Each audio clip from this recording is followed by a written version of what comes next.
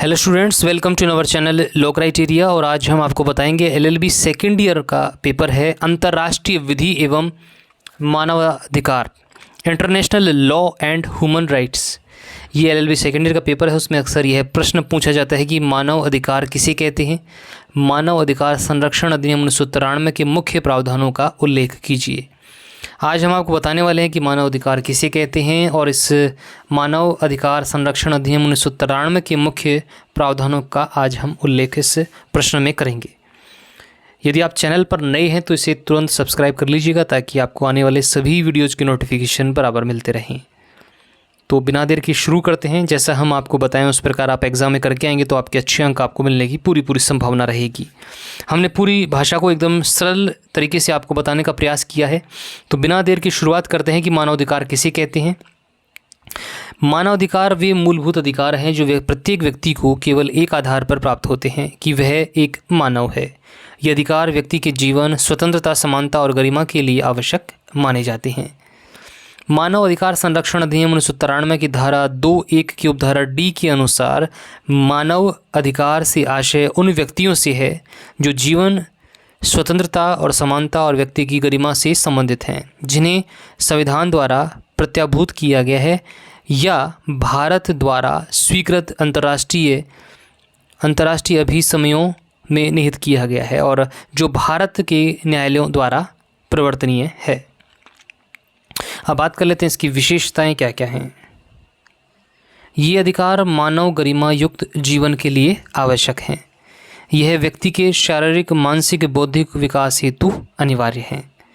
ये अधिकार संवैधानिक और अंतर्राष्ट्रीय अभिसमयों पर आधारित हैं। इन अधिकारों का उल्लेख न्यायालयों में चुनौती योग्य है। मतलब अगला है न्यायिक व्याख्या इसकी की गई है। भारतीय न्यायालय में मानव अधिकारों की व्याख्या को समय के साथ विस्तृत किया गया है। जीवन का अधिकार अब केवल जीवित रहने तक सीमित न होकर गरिमापूर्ण जीवन की गारंटी देता है। ये एक मामला था खड़क सिंह बनाम उत्तर प्रदेश राज्य का, जिसमें न्यायालय ने बताया था। एक और मामला है जिसमें पर्यावरण, स्वास्थ्य, आवास, अश्लीलता से मुक्त और ध्वनि प्रदूषण से सुरक्षा जैसे अधिकारों को भी मानव अधिकारों के दायरे में रखा गया है। अब इसमें बात कर लेते हैं कि मानव अधिकार संरक्षण अधिनियम 1993 के मुख्य प्रावधान कौन कौन से हैं। यह अधिनियम 8 जनवरी 1994 से प्रभावी हुआ और इसका उद्देश्य भारत में मानव अधिकारों की रक्षा और इसका संवर्धन करना है।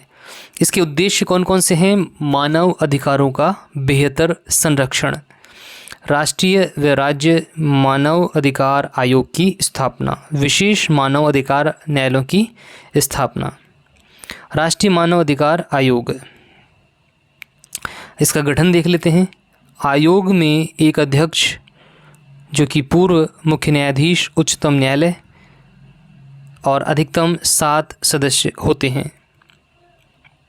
सदस्य में उच्चतम और उच्च न्यायालयों के न्यायाधीश, मानवाधिकार विशेषज्ञ और 3 पदेन सदस्य SC ST महिला व अल्पसंख्यक आयोग के अध्यक्ष शामिल हैं। इसका मुख्यालय कहाँ है। भारत की राजधानी नई दिल्ली में है।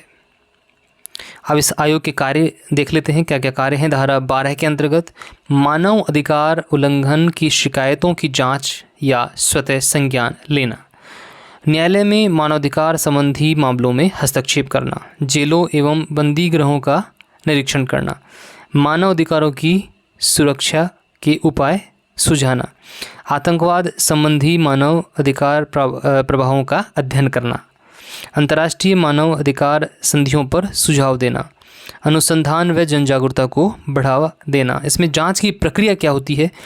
आयोग को सिविल न्यायालय जैसी शक्तियां प्राप्त हैं। गवाह बुलाना, दस्तावेज लेना, जांच आदि इसमें शामिल है। आयोग 1 वर्ष की समय सीमा में प्राप्त शिकायतों पर सुनवाई कर सकता है। इसमें एक मामला था आलोक बनाम बिहार राज्य मानव अधिकार आयोग का। इसमें बताया गया था आयोग 1 वर्ष की समय सीमा में प्राप्त शिकायतों की सुनवाई कर सकता है। 1 सदस्यीय पीठ भी मामलों का निपटारा कर सकती है। अब निष्कर्ष की ओर लौटते हैं कि मानव अधिकार किसी भी लोकतांत्रिक समाज के लिए आवश्यक मूल तत्व है। मानवाधिकार संरक्षण अधिनियम 1993 ने भारत में इन अधिकारों की रक्षा के लिए संस्थागत संरचना प्रदान की है। न्यायपालिका द्वारा इन अधिकारों की विस्तृत व्याख्या और आयोग द्वारा संरक्षण की व्यवस्था से भारत में मानवाधिकारों की स्थिति क्या हुई है? सुदृढ़ हुई है। तो ये आज हमने आपको इस प्रश्न जिसमें मानवाधिकार किसे कहते हैं, मानवाधिकार संरक्षण अधिनियम के मुख्य प्रावधानों के बारे में आपको विस्तार से बताया। आशा करते हैं कि आपको इस प्रश्न का उत्तर मिल गया होगा, और यदि आपने चैनल सब्सक्राइब नहीं किया है तो इसे तुरंत सब्सक्राइब कर लीजिए ताकि आपको आने वाले सभी वीडियोज़ की नोटिफिकेशन बराबर मिलते रहें। तो मिलते हैं आपसे अगले वीडियो में नए प्रश्न और उसके उत्तर के साथ। तब तक के लिए मुझे इजाज़त दीजिए। नमस्कार।